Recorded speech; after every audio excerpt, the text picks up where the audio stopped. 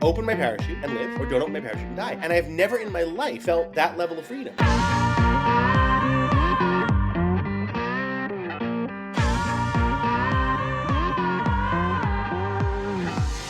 Hi, I'm Carole Podell, and this is She Takes the Lead. Hi, party people. It's Carole. I hope you're having a fabulous day today.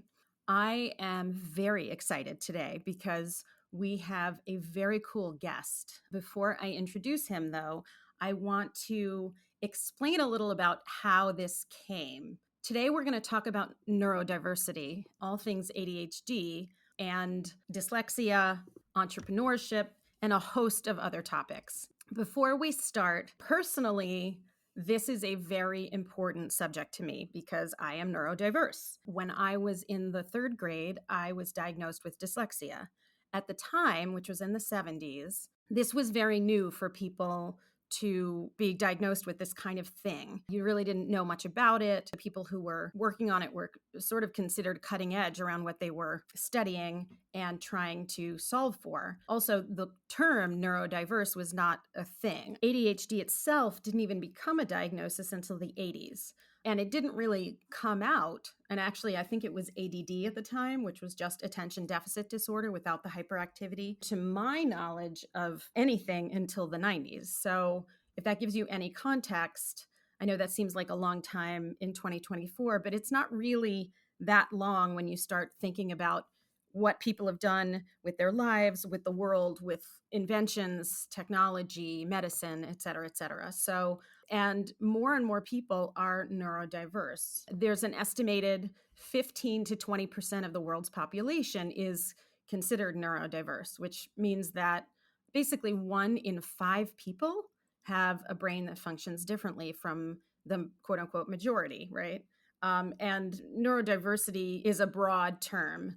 It includes autism, ADHD, dyslexia, dyspraxia, calculia, Tourette's. So that umbrella term, basically oversimplifying it, describes people who perceive and interact with the world differently than what is quote unquote neurotypical to the majority. So I'm dyslexic. I found out in the third grade when I was having huge amounts of difficulty learning to read when I was a kid. My mother, who is very smart and very, very well educated. I can remember when I was a kid, she literally had like 3 books going at the same time with little tabs. She would like mark them and like put little colorful tabs marking thoughts and ideas. And I always thought it was kind of an incredible thing that she could do. Like she could read all of that at the same time, retain it to the point where she wanted to mark things that she remembered. Like this was a big deal for me. That was sort of normal in my house. And my father, who although found out when I found out I was dyslexic, found out he was also dyslexic because it's hereditary. By that time, you know, he was very successful in his own career. He's also very, very smart, but he definitely learns differently and thinks differently than my mother, who thinks definitely more, although she is very creative, thinks more linear in terms of, I guess we would call it classically. And both my parents were very, very active in wanting to make sure I could get the best education I could and that I could learn as much as I could. And my mother especially was hugely devoted to trying to make sure that I was, you know, leveled up on the playing field with those who did not have these issues. So she really championed me. She really like pushed through a lot. I mean, especially at the time, you know, she didn't know about this. Nobody really knew about this. And she really was instrumental in me getting the education that I got. And I got a very good education, although I really didn't understand how I thought until I was probably in late college and early 20s when I was finally allowed to read what I wanted to read. And that helped tremendously. And I read a lot to this day. I mean, less so now because I have a 5-year-old. So I'm reading warnings on labels now, but we do our best with what we have. So as someone who has been raised knowing they're dyslexic, when ADHD, at the time ADD, came out as a diagnosis in the 90s, I didn't really buy it. Yikes. I know that's so not cool to say. It's not that I didn't buy the diagnosis. But what I found to be happening that I found hugely frustrated and frankly offensive, given my own experience and struggles with just basic learning how to read, was that so many people that I knew or came across were self-diagnosing themselves as ADD.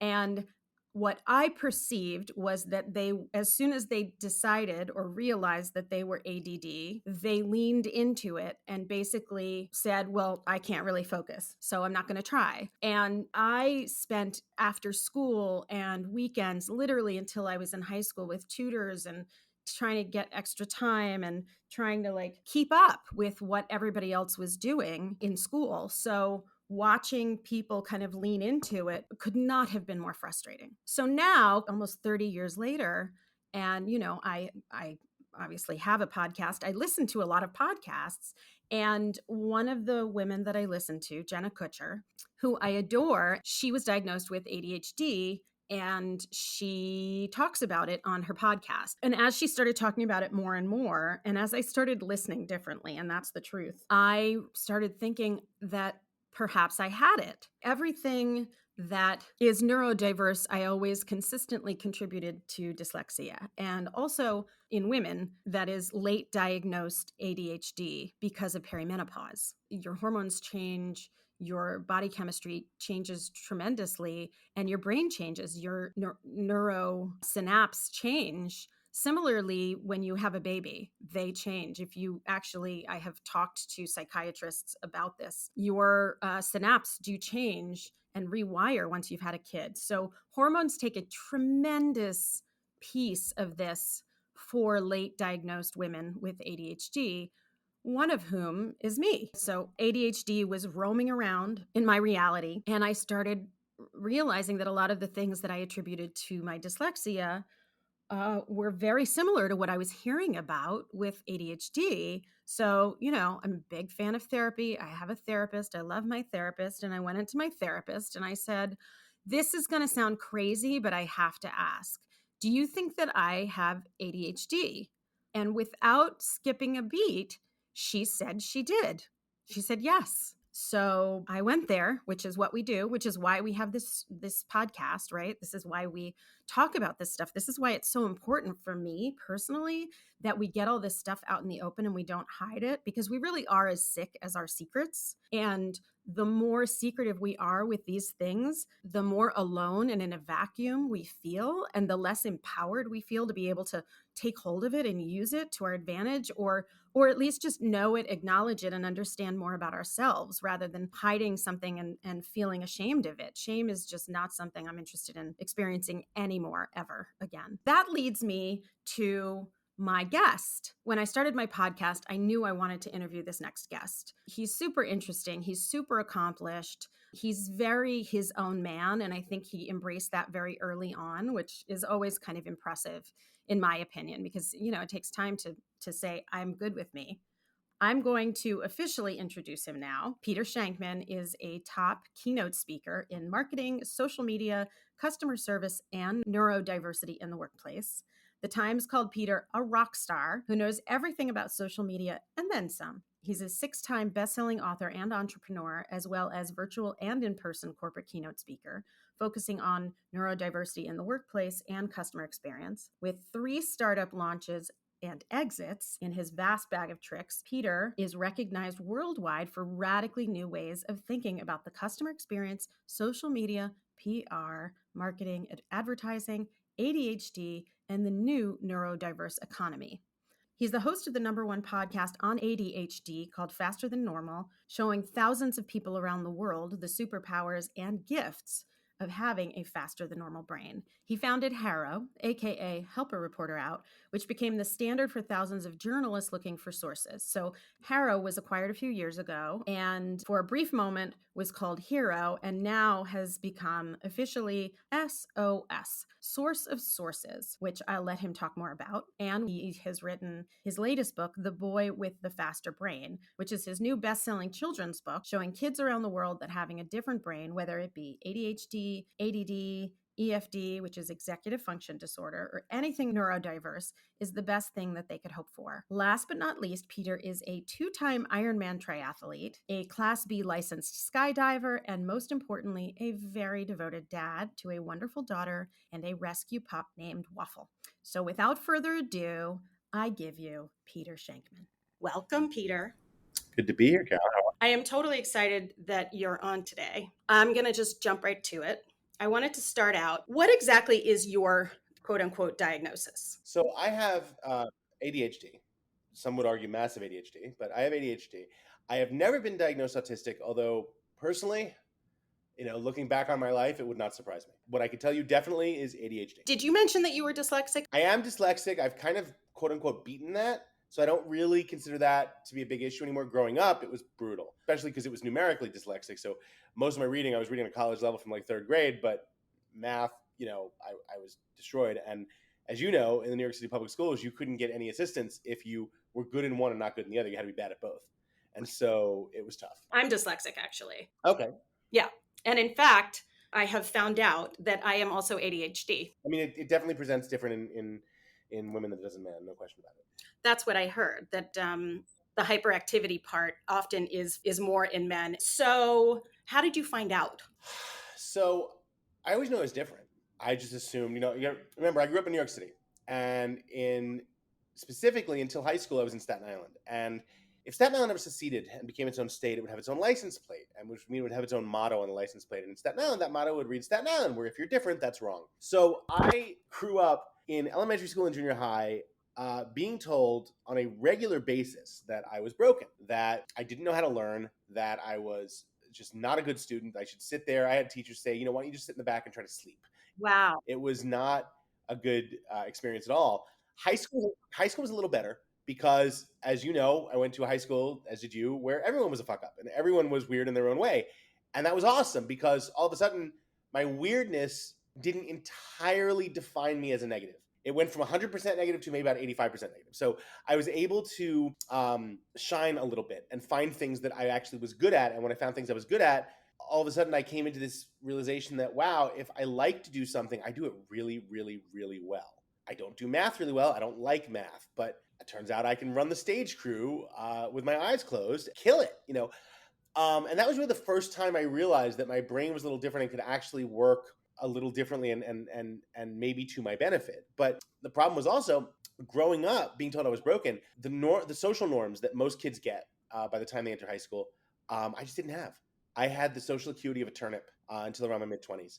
And it was tough. Looking back on it, it was really, really difficult because I just never knew when to shut up. I never knew when to keep quiet. I never knew when to say the right thing, say the wrong thing. And so it was tough. It was really difficult. And looking back on it now, that you can trace every single thing back to the chemical reaction or the lack of chemical reaction that happens because of ADHD. I would crack jokes in class, and the whole class would laugh, and I'd get sent to the principal's office. And looking back on it, why was I cracking jokes? Because when you're normal, when you're neurotypical, and you're sitting in a class you don't love, like math or whatever, your brain says, okay, I know you don't love this, but you need to focus. So here's some dopamine, here's some serotonin, here's some adrenaline. That'll let you focus. When you're ADHD, you don't have that. You're missing about 25% of the monoamine inhibitor reactions that allow you to create those chemicals in your brain. So to get those back, your brain looks for anything it can do in the situation given where it can create those chemicals. I couldn't jump up and stand up to the back of the room and do jumping jacks. That wasn't a thing back then. So I'd sit in the class and I'd be bored as hell and I'd make a joke. And when I made the joke, all of a sudden I had this electricity that shot through me and I could focus. Unfortunately, I rarely got the time to because I was usually sent out of the room for causing a disruption. That's what we're realizing today. And that's what teachers are starting to learn, and parents are learning. There's more than one way to learn. The whole reason that classrooms are built with a teacher in the front and rows of students, one after the other, is from over 200 years ago with one-room schoolhouses, because that was the only way you could fit as many people as possible in the classrooms, many children. I was speaking at a school in Jersey a couple of weeks ago about my kids' book, and the kids don't have assigned seats. They sit on the floor, and they have mats and rugs and beanbags and whatever, and they can sit in any way that makes them comfortable.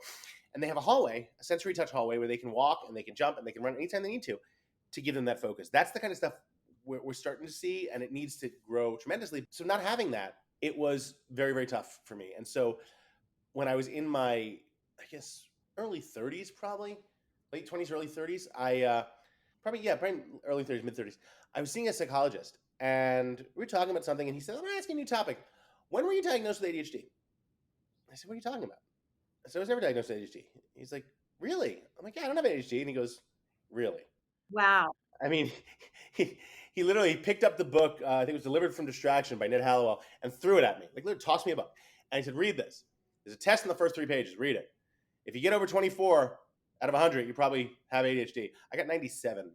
Wow. That's interesting. But the thing about being diagnosed, all it did was it gave me a name to what I had already figured out, right? And it allowed me to start thinking, hey, maybe all the things I do that everyone says are weird are actually beneficial. Maybe they're the reason for my success. Maybe the reason I became a licensed skydiver. I started to realize, wow, it's funny. I bring my laptop to the drop zone, I do a jump, I land, I take my gear off, I sit in the corner of the hangar, and I bang out 10,000 words in a half hour because I'm so incredibly focused. I wonder. I thought it was the fresh air upstate. No, it's the fact that I'm dead full of dopamine, serotonin, and adrenaline from that skydive. Once I started realizing that, I was able to, over the next like 10, 15 years, create a life for myself that allows me to best get those chemicals, to best utilize those chemicals the way I need to, when I need to.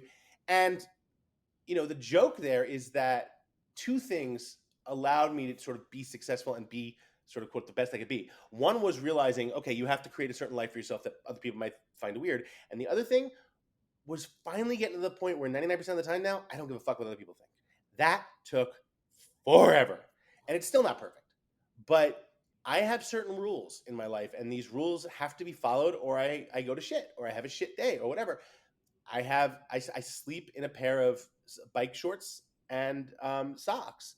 And when I wake up, I don't even have to open my eyes, and I slide onto my Peloton, which is 3 feet from my bed, and I work out for an hour. And sometimes I won't even open my eyes for the first 10 minutes of the ride, but I'm doing it. And I get off the bike an hour later, and I've just given myself the chemicals I need to have a better day. When my daughter, who's now 11, was about 4 or 5, I slept in one day, and I skipped the bike. 4 years old, 5 years old, and we're having breakfast. She goes, "Daddy, did you ride your bicycle today?" I said, "No, honey, I was tired. I slept in." "Why?" "You're not as happy." Interesting. 5 years old, the kid's picking that up. I'm like, wow, okay. So I have certain rules, certain things that I have to do that people think are weird. I had a deadline for a book, and I'd done all the research the very first month, and then ignored it for 10 and a half months because ADHD, and had 2 weeks left. And the publisher calls me. She's like, "So," my editor calls me. She's like, I think this Random House or Palgrave or something. She's like, "Hey, how we doing?" I'm like, "Good, yeah." Hadn't written shit. And I hung up the phone, and I went to the United Airlines website, booked a round trip ticket to Tokyo that left the next morning. I brought my laptop, a sweatshirt, my power cord, and headphones, and wrote chapters 1 through 5 on the flight to Tokyo. Landed in Tokyo, went to the lounge, had a coffee, had a piece of sushi, took a shower, got back on the same plane, same seat 2 hours later, and wrote chapters 6 through 10. Landed with a book. It became a bestseller. The joke was, when I landed, I actually got held for 5 hours by DHS, Homeland Security, because I never actually cleared immigration. And they wound up calling my editor at home at like 7 at night saying, "We're trying to verify, is this guy writing a book for your company?" And she's like, "Yeah, he is. It's fine." And so she goes, "Can I speak to him?" They're like, "Yeah." I'm like, "Hi." She's like, "So when you said you were done." That is amazing. But yeah, so but and those kind of things, everyone's like, "Oh my God, you spent $5,000 to go nowhere." I'm like, "No, I spent $5,000 to have 28 hours in a cage Yeah. to write my book, and I did it." Interesting. Right. Do you take medication at all, or is it like, because my understanding is that focus can also be found through medication. So I take medication for other things, for like anxiety. And when I was starting to discuss it, part of the conflict or is that some of the medication that I already take actually supposedly is supposed to help ADHD, but if I up that medication, I get way too wired. Yep. And I obviously don't want to get wired, but so it's a different balance of what to do, you know? So I'm not anti-med, right? I have a prescription for Concerta. The thing is, if I take it, maybe I take it once a week, once every 2 weeks, twice a week, whatever, but not every day. My prescription usually lasts me like 4 months or something, a month prescription. And what I've learned is that I take it on days. My assistant actually has something on my calendar. She'll put something on my calendar called Med Day. And if I see Med Day the night before when I'm looking at my calendar, it means that I have to take my medication the next morning because she's scheduled like 4 or 5 meetings. And I can't do, no matter how much exercise I do, I can't handle 4 or 5 meetings in a day without medication. But the thing about for me, I have to take it I can't take it any later than 4 a.m. or I don't sleep that night. So sometimes I'll get up at like 3 a.m., pop the pill, go back to sleep for an hour, knowing that in an hour, the amphetamine will have woken me up. But on the flip side, ADHD meds are incredible, but you're right. There's a lot of shit you can't take with them. I went on Ozempic probably a year before everyone else because I had a doctor who had access to the trials, and I went on it. And not only did it not do anything, but it stopped my ADHD meds from working. Turns out the two completely conflict with each other. So I can take Ozempic and be spacey, or I can be totally focused and be fat. So yeah, it's like I joke that I joke that's why right. I joke that's why I could never do cocaine. I'd be the only cokehead in the world with a weight problem. It's like, just so yeah, I mean you have to be aware of that. So I take it maybe once, and the thing is I don't want to be on speed every day. Right? That medication is essentially speed. And it's funny because I exercise so much. I went to my doctor at a full physical a couple months ago, and he goes, look, I can tell you to lose 20 pounds, 25 pounds. He goes, and you should. He goes, but I also know how much you exercise, and your resting heart rate's 52. Wow. He goes, I'm not concerned. He goes, your blood pressure and your cholesterol are slightly elevated, nothing terrible. You're on medication because that's genetic. Both your parents have the same thing.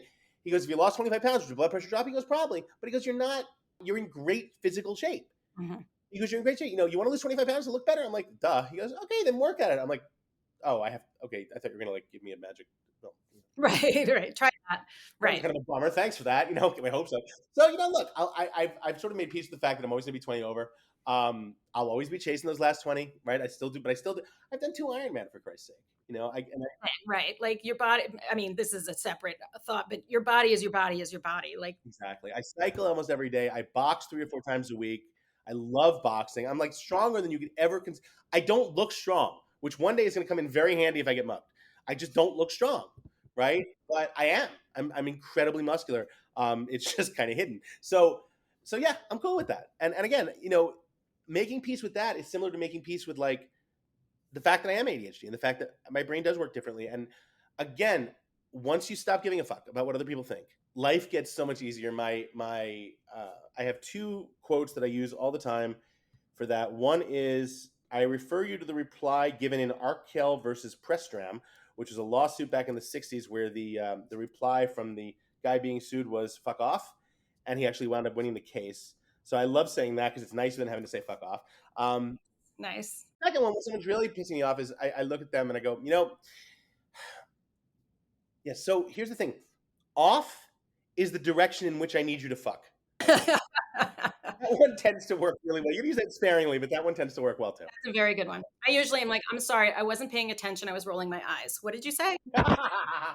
That's my favorite. What was the movie? I think it was Groundhog Day, where Bill Murray goes, the insurance guy goes, what are you doing for dinner? And he goes, something else.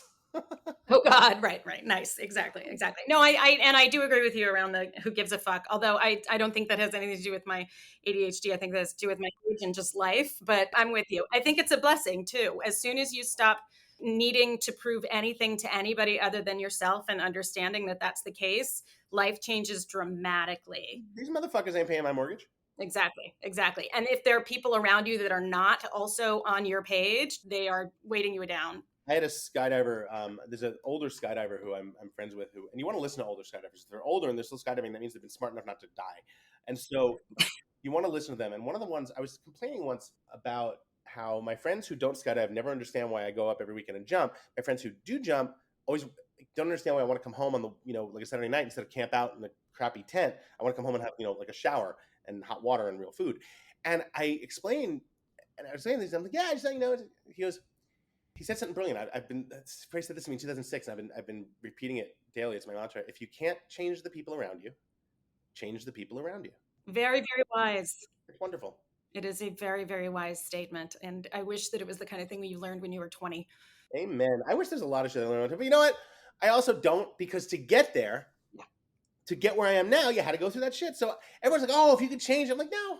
Like, a lot of it sucked, but a lot of it was awesome. But the part that sucked got me here, and I think I'm doing well. I have a dog over here who's about 3 years old who thinks I'm doing okay. So my daughter thinks I'm doing okay. So I'll take this as a win. Yeah, so you've done it right. Actually, that's a good one because it brings me to my next question. If your kid was neurodiverse, like what are the three things that you would, as a parent, want to like focus in on or try to help with, support with? Because like I have this conversation with my mom a lot. You know, in the 70s, like I wasn't diagnosed with dyslexia until I didn't learn how to read until the fourth grade. It took me a month.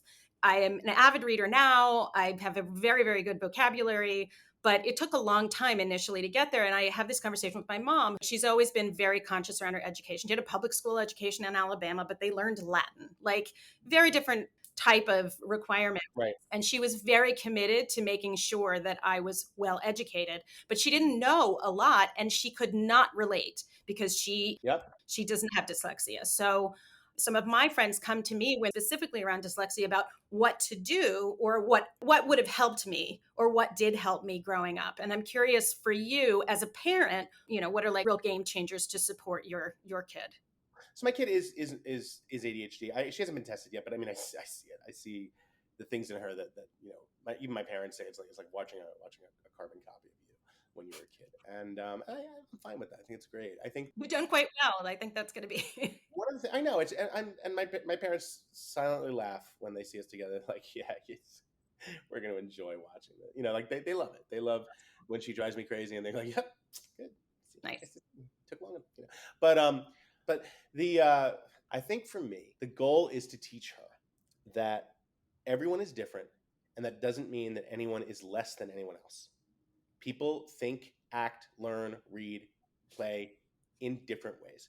And the goal is to find the best way that you do it and then find the best way in other people that they do it and interact. And Jessa has, had some social anxiety issues, and as did I. But the difference was I dealt with them by acting out, by, talking to everyone. Jessa got very quiet for quite some time. And I mean, who could blame the kid? It's a COVID kid, right? She started kindergarten and then halfway through everything got shut down. First grade and everything got shut down. So Also just childhood. exactly, in New York City, right? So one of the things I've been teaching her is to understand that, just because someone doesn't necessarily want to play with you or is talking to someone else doesn't mean they don't like you, right? Stop looking at the moment as right now as is everything. I've tried to teach my daughter that her brain will work differently, but that's a good thing, right? And she doesn't need her brain to work just like everyone else's because that'd be boring. She wants her brain to work differently because that allows her to think differently and act differently and be different. And those are the best kind. And you don't see it now, but that's actually the best way to be. So I've been working on that with her. And I've also been teaching her to just laugh at everything and just find the humor in everything, no matter how weird it might be. They had a lockdown a couple of days ago at the school. There was a shooting about 2 blocks away. It didn't affect the school, but, out of caution, they locked them down and was right at dismissal. So they had, instead of having the kids leave the school and meet their parents, they had the parents go in one by one and get the kids. So I went in and got her. She was free. She was crying.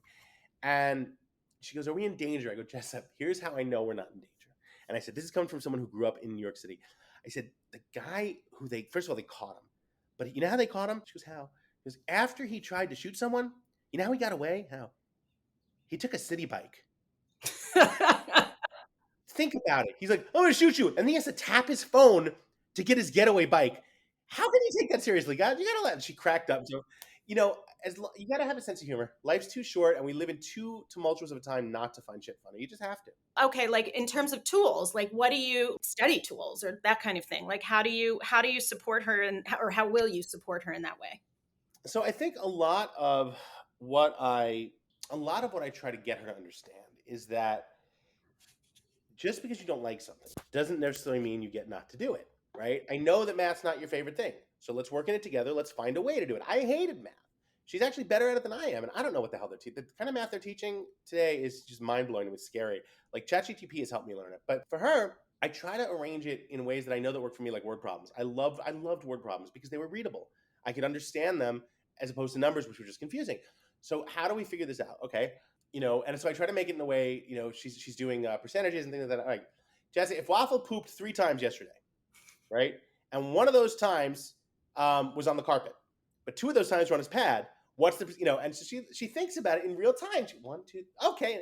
So for me, I'm trying not to approach it where math or anything that she doesn't want to do is the enemy. I'm trying to approach it as a way to get her to understand that it's common ground, because I think that was what happened to me. Was I've always seen math as the enemy because I was just always terrible at it. Mhm. Right? So if I can figure out a better way to do it and understand how to make it work to my advantage, there's a benefit there. So I'm trying to do that with her. I do that too. I try not to like put an emotion attached to anything that I had that was difficult for me growing up. The other thing is that things that I'm sure you have the same is that things that was terrible math student. I almost didn't graduate high school because I had to go to the regents exam, which was the day after prom, just to sign my name. He literally said to me, I can't pass you unless you do this. And I was like, but I'm not going to pass you. He was like, it doesn't matter. I need to show, because I was constantly making an effort. Yep. And he was like, I need to show that you're an effort. I am amazing at budgeting because I am amazing at spatial relationships. Yep, exactly. Belle is my friend. Here, this much fits there, this much fits there. I get it. I totally get it. I can pack trunk like nobody else, right? Spatially seeing things, I get it. Yeah. But if you tell me some kind of mathematical situation, it doesn't happen. It's a different thing. It's a different side of the brain.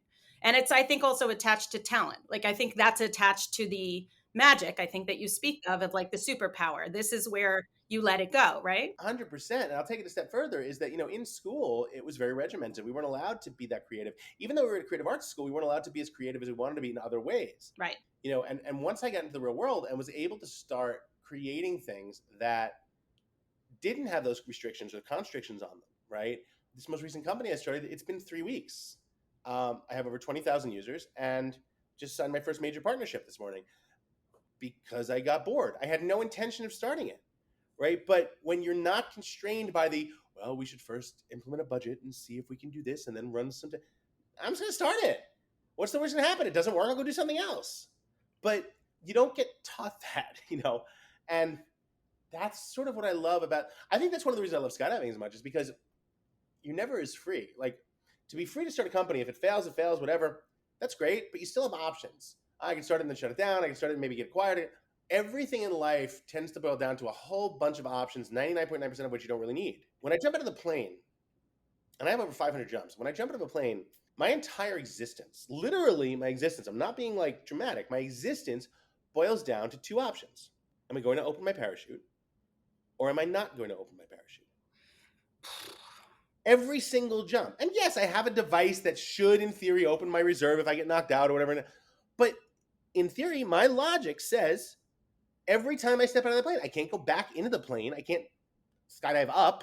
So I'm fighting gravity at that point. And despite the great song, I can't defy gravity. So my option is very simple. It's either open my parachute and live, or don't open my parachute and die. And I've never in my life felt that level of freedom other than skydiving. And I think that everyone should find a way to get that level of freedom. It doesn't have to be skydiving, Carole. I'm not taking you, even though I've wanted to for years. Don't worry. I know, and I love you so much for wanting to take me, and it will never happen. It's funny. Everyone's, I don't understand how you could skydive. The thing that gets me, I'll be sitting watching Instagram reels with my daughter, with Jessa, and if we come across a reel of someone cave diving, where they have to crawl through a cave like this close to the stomach and it's this water, I physically get ill. That scares me more. I'll jump out of a plane any day. That physically scares me. The concept of this millions of pounds of mountain just falling in, oh God. Ugh. What was the moment that you decided to try skydiving the first? Like, how did you start it? Because it's a huge piece of your life now. Yeah, classic ADHD fashion. I was running a PR firm back in 2000. And we were a .com startup, and there were tons of .com PR startup firms, and I wanted to differentiate ourselves. And I was like, we should take a bunch of reporters to dinner. We should have a party. Fuck it, let's take them skydiving. You ever been? No, but I'll go. I mean, if it gets us press. And it got us, we took 200 people, or 175 people skydiving, about 100 reporters. We got covered in the New York Times, Silicon Valley Reporter, Forbes, you name it, we were in it, and increased our revenues like 4 times that year. And wow, 174 people that day jumped out of a plane and crossed it off their bucket list. I showed up the following week back at the drop zone, started getting my license. A couple of years later, but wound up getting my license. That's wild. It's that joke that I think Dennis Leary made the joke. You put 100 people in a room and with a bag of cocaine, and 99 don't come out of them either dead or like, okay, that was fun. Then there's one guy who's like, I need more cocaine. Right. That was pretty much me. Thank God it was skydiving, but it's the general premise that it is, because for the first time in my life, I did that jump and I landed and I was physically high. I was Wow. physically high. I had all the dopamine, all the serotonin, all the adrenaline running through my veins at a level I had never in my life felt before. I'd never taken meds, I'd never done drugs, nothing. Right. And all of a sudden, I'm like, this must be what normal people feel like. Holy shit, this is amazing. And now it's funny, I've had to, again, you have to learn. When I go up to the drop zone by myself, I've learned to take a cup of water, and I put the cup of water when I leave the drop zone. I put the cup of water on my dashboard, and the goal is to drive home carefully enough to not spill the cup of water. Because the first few times after skydiving, I'd get in the car and twice in a row got busted for speeding. Wow. Because I was so wired for skydiving. I'm like doing 85 on a country road, not even noticing. I'm just like, ah! I'm like, all right, how do we fix this problem? Because so that's when I started bringing my laptop to the drop zone, and I'd spend a couple hours working, try to get some of it out of my system, then go home. You know, you got to know yourself. It is whatever your thing is, you have to know yourself. If you don't know yourself, that's when you're going to run into trouble. That's great. That's a great tip too. I mean, not to go skydiving, but find your skydiving. I get it. You're not going to go skydiving with me. Exactly. I have another, it's a little bit of a segue, but I personally believe that change is an inevitable thing. And it's the one thing that most people are terrified of. And certainly for you, as such an accomplished entrepreneur, you've changed constantly. Your resume itself, the businesses themselves have changed. The topics, although there is a through line to them, are also quite different, that you've done huge deep dives into. So what is your perspective on change? I mean, are you afraid of it? Do you get bored? Is that a piece of it? Tell me a little more about that. That's a great question. I do get bored very easily. Your comfort zone is a great place, but nothing ever grows there. Okay. And if you're in your comfort zone, that's complacency. Complacency leads to stagnation. Stagnation leads to failure. Right. So for me, I think the boredom is actually a good thing because it keeps me wanting to move forward. It keeps me wanting to try new things. You know who fears change the most? I've discovered over my past 25 years as an entrepreneur, haters. Haters fear change. If you don't have haters, you're not doing enough to change the status quo, right? And I've learned that. It's a great perspective, especially in this culture kind of. Totally. I mean, I've had, and look, that's not to say I haven't have moments where it's a complete asshole and deserve to be called out for it, but you know, I remember there have been times when where everyone's piling on and about one thing or another, and then someone will actually say, but he's right, or something like that, and it just takes that one. I'm like, yeah, I know. And the problem with ADHD is that you tend to have tremendous imposter syndrome, and so I'll give a keynote, and there'll be 5,000 people in the audience, and 4,999 of them will stand up and give me a standing ovation when I'm done. One guy won't, and that's the guy I'll notice, right? And in my head, everything's terrible. Now, for all I know, this guy's a paraplegic and he can't stand up, but in my head, he hated it. Everyone else hated it, regardless of the fact that 4,990 people are standing right in front of me cheering. And that's something I've had to work on for years and years and years. And change, I think, is healthy in that relationship because change allows you to start anew and allows you to sort of reset and say, okay, I did that. Let's see if I could do this again to prove to myself that I'm not as fake as I think I am. The greatest gift I ever got was from my therapist. And I've had the same therapist now since going on 20 years next year. And the one thing I've worked so hard with him on was internalizing my successes. Every time I started to have some success back in, let's say, when I sold my first agency in 2001 and moving forward with the other companies and eventually I'd get on TV, whatever. Every time I have success, think about it and be like, if only those kids from junior high could see me now, right? And see how much I've done. I'd show them all. And through years of therapy, one day I was like, why are you giving it to them? Why aren't you enjoying? Why are you letting them have your success? If they're still in your head, and that was the biggest wake up call ever, to actually enjoy what I've done. They're not thinking about me. And every once in a while, I'll get an email from someone who found me on Facebook or Instagram, whatever. I don't remember me. We were in junior high together. I always knew you were going to go far. The fuck you did. You had people beat me up. You literally had told your boyfriend to beat me up because I was me. Right. And so yeah, life's too damn short, right? Why let people live in your head rent free? And that's just a huge thing. And a lot of people have that. And I had it. I still have it in a way, but you get a little better every day. So I want to go to your entrepreneurial side because I want, there's a lot of people now There's a lot of small businesses. There's a lot of people now that are really like, with social media, especially with COVID, that are really trying to create small businesses for themselves or basically be entrepreneurs as a multi-passionate entrepreneur. Like, what are some of the things that you would advise if they are neurodiverse to do this? I mean, I understand that entrepreneurship and neurodiversity kind of go hand in hand, Yeah. but like the largesse, as you said, of starting something, like the first step for a lot of times is the hardest thing, because you have to get the haters out of your head. So once the haters are out of your head, like what are some of the things that you would recommend to entrepreneurs who are wanting to do something, they're wanting to change their universe, but are really like not able to kind of figure it out or focus in, et cetera? I've always been of the opinion that figure out what you use on a daily basis that annoys you and then make a better version of it. And that's always a great way to start. But that being said, entrepreneurship is essentially jumping off a cliff and trying to build a parachute before you hit the ground. You're going to fail. I will never, ever, ever hire anyone who hasn't failed, because then I don't believe they've learned anything. I want you to fail. I've started 4 companies, sold 3, and I failed millions of times in between that. And, I fail every day. And that's the goal. The goal is to learn something and not, my first job was in America Online. I worked in the newsroom, and we had Steve Case basically told us one basic rule: do something. If it works, do it again. If it doesn't work, don't do it again. Great simple advice. Yeah, that's how I learned. And so I'm a believer that you should, the biggest risk, it's been said, is not taking one, right? And the roadside, the highway of life is littered on the side of the road with ideas that failed, not because they failed, but because the people were too afraid to try them. And that's my biggest fear, is not failure, but having not done something and watching it succeed somehow, some other way, right? What's the worst? If the worst thing that can happen doesn't end up with you in jail, homeless, or in an international incident, why not just try it? I want an international incident. Me too. Like, that is actually on my bucket list. I almost had one. My ADHD, I was flying to Galapagos, somewhere, Buenos Aires, somewhere. And I stopped off in Panama, and I had like 3 hours to go in the airport in Panama. And so I jumped off the plane singing at like 7 a.m, singing Panama, and was met by like 4 very angry military policemen with AKs.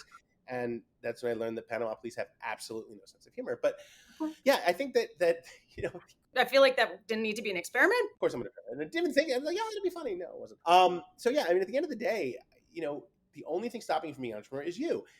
I get it that it's scary. I get not everyone can just up and quit their job, and you don't have to. There used to be this culture of like, oh, hustle, hustle, hustle, sleep 3 hours a night, fucking you sleep when you're dead.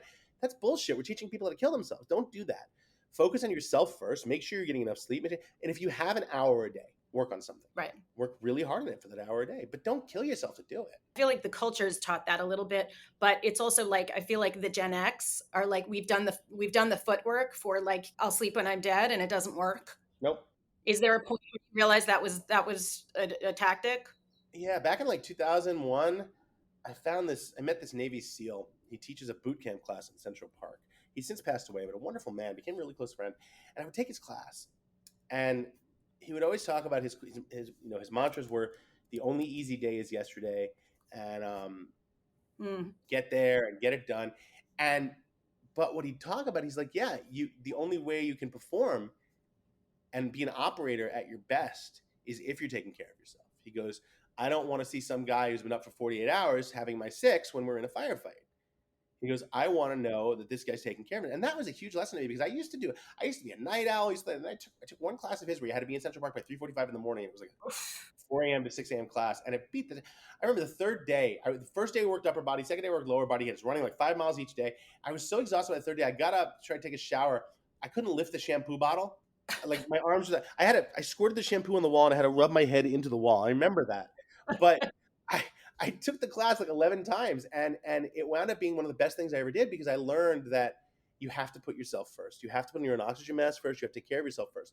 So, with that, I started getting a good night's sleep, and I'm up now this morning I was up at 3 a.m. I was just up. And, but on the flip side, I'm going to go to sleep at 8. I go to sleep at 8 o'clock. Oh, what are you, a farmer? No, I love going to sleep at 8 o'clock. My daughter goes to sleep at 8. I'm out by 8:30. And then when I'm up at 3:30 and I get on the bike, those 2 hours are mine. I own the world. Greatest thing. And the number one fallacy that entrepreneurs think, oh, they have to go to the parties, they have to go to the open bar parties, they have to go to the networking events. You know how many times I've ever gotten business from an open bar party and networking event? Absolutely zero. You know where I've gotten the most business? 5:30 a.m. waiting for the doors to open at Equinox, because you know who else is there at 5:30 a.m.? Other CEOs. Right. Right? The only people you can meet at the open bar parties are people that might be able to get you to someone who can get you to someone who can get you to someone who can get you to someone who can make a decision. The decision makers are at the door waiting for Equinox to open at 5:30 because that's what they do. Yep. Game changer once I learned that. Yeah. That's so true. Right. Know that that's what the action of what you're doing is in fact who you are and how you're doing it. Yeah. No, that's taken me a while to get that, not the action part, but the actual being able to go to bed, to get up, and understanding how valuable it is. It's huge. So how do you stay organized? Like, like you've got to stay organized. Like, do you have I know you use Google Calendars. Do you have like software that you use? I know you're very tech savvy. Like, what are some of the tools that you use that you love that help you? I definitely use as much automation as possible. So for instance, in my apartment, my HVAC, my lighting, my shades are all automatic. They're all automated. My shades start rising in my bedroom at 3:30 in the morning. Or like 3:15 in the morning. So by 3:30 they're up. My lights start coming on around 3:30 in the morning in a sunrise pattern. So by 4 a.m. they're up, and I wake up naturally. When you wake up to an alarm, your alarm doesn't know your circadian rhythm, so your alarm might wake you up in the middle of a deep REM, which is why sometimes it's really hard to get up. If you wake up to light, your body notices the light when it's ready to come out of that deep REM, and so I always wake up. So I let the lights wake me up. Then I get on the bike. I have 4 basic rules: exercise every day, at least something, right? Even if it's just a walk, it doesn't have to be like massive, just something to get the dopamine. I have organized my closet to the point where it is literally labeled. I have 2 sides to my closet. They say office/travel, and it's t-shirt and jeans, speaking/TV, and it's a button-down shirt, jacket, and jeans. And the reason for that is because all my suits, my vests, my sweaters, my gorgeous clothing, beautiful pieces I've got in Europe, whatever, those are all in my daughter's closet. Because if I had to wake up every morning and look at this ridiculous, what should I wear?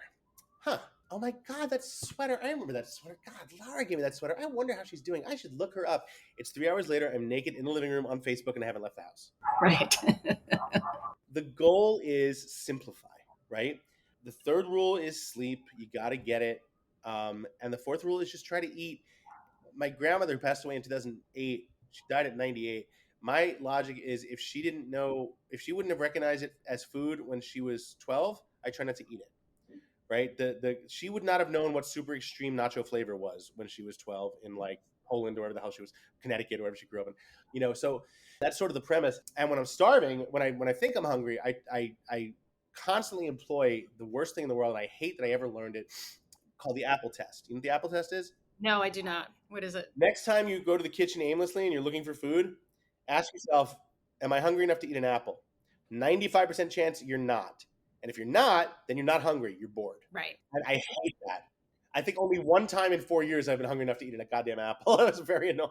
But yeah, I mean, and so far as other tech tools, yeah, I try to thrive in the Google and Apple ecosystems. I take voice notes constantly. Here's a basic rule: anything you think you're going to remember, you won't, ever. So write it down. And in my case, I just press the button. Remind me at 7 p.m. to do this. Remind me at 4 p.m. It doesn't matter what time it is, as long as I hear it again, where I'm in a place where I can write it down. I have Alexas all over the apartment, so I could set everything up as need be.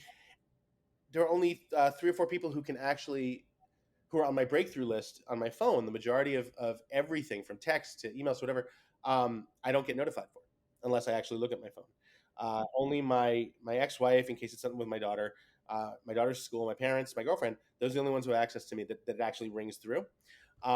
Yeah, because I don't, if I see it, the reason so many people still text and drive, even though knowing that it could kill them and kill other people, is because when you get a text message ding, you get a hit of dopamine.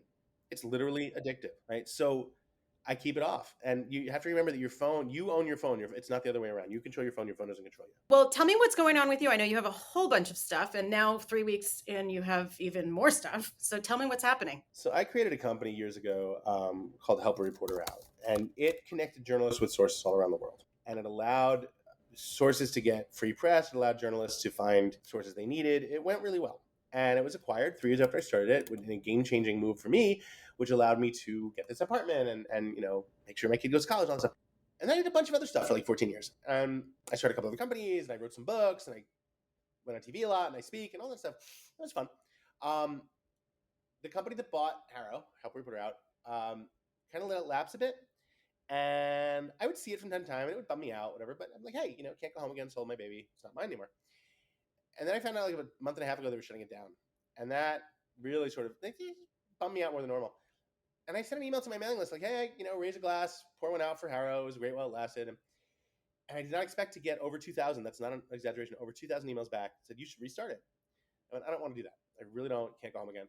And then my girlfriend has no idea how close she became to becoming my ex-girlfriend by doing this. She goes, you should change the second letter from help a reporter out to help every reporter out and just call it Hero. And I looked at her, I'm like, because that's too good of a name. And now you put it out in the universe. And if I don't do it, someone else is going to do. God damn you.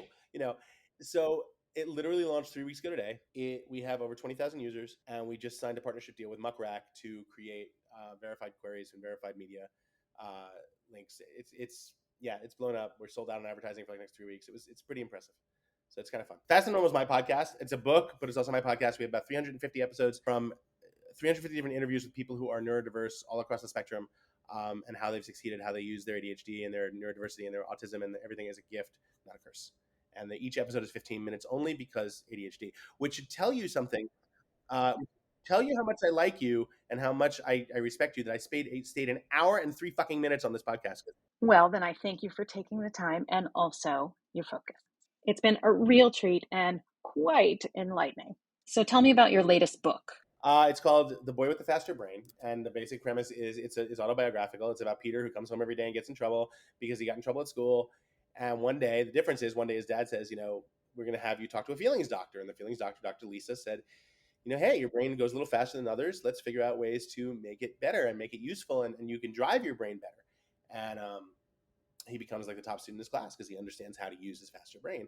And the reason I wrote it was because, and it's how we started this conversation, it's a great way to end it. Elementary and junior high school sucked for me. It sucked every single day, and I was miserable, and it was horrible. And what I learned over time was, as I got older, that I was actually gifted, not broken.